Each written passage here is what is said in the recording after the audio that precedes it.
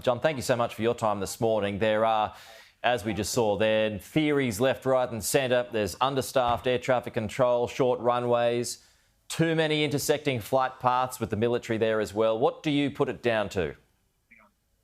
Well, I think it's awfully early to draw any conclusions. I've landed on that runway countless times and have had military helicopters fly underneath me many, many times. So the flight path for both aircraft is very common. It's routine. It's been in use for literally decades, very successfully. So what went wrong last night? Is still a question. NTSB is on site. They are starting to go through the evidence that they have amassed so far.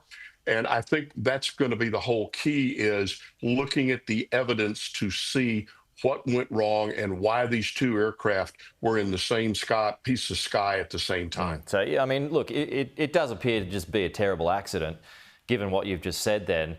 But the chopper got that call to follow the jet. We heard that from that audio. And the pilot would have had night vision, no doubt. Could it have just been a blind spot, or perhaps just looking at the wrong plane? It's possible. They'll certainly look at to see if they misidentified the traffic. They acknowledge it. And more importantly, the helicopter is told to pass behind the jet. That means they're responsible to maintain visual separation from the jet. And that if they had misidentified it, and they were wearing night vision goggles, according to the Defense Department. Night vision goggles are wonderful. They're incredible technology, but they do have limitations. And one of those is the ability to judge distance. It's like looking through two tubes, one over each eye. So it's not as though it's normal vision. Did that play a part or not? NTSB will ask those questions.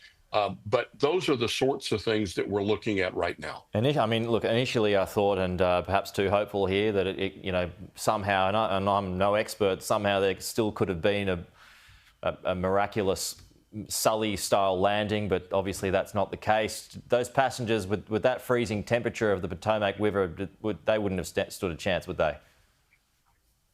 No, I mean, they're talking 10 to 12 minutes before they're hypothermic. Also, apparently the jet rolled very hard to the right, and so that it hit the water either inverted or nearly inverted, and that lowers the survivability possibility dramatically. And the same thing is true for the helicopter. So the survivability of this accident is something they'll certainly look at.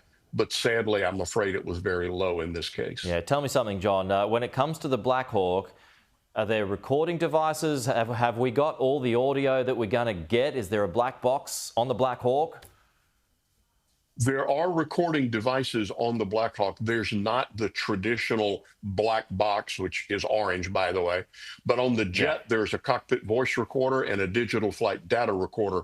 We'll get those, and we will get some recorded information off of the Black Hawk, according to its manufacturer, Sikorsky. What do you make of this? And just final one here. Donald Trump, he was out of the gates today and he was pointing the finger of blame towards DEI programs and the Democrats. What do you think of that? I think it's totally without foundation.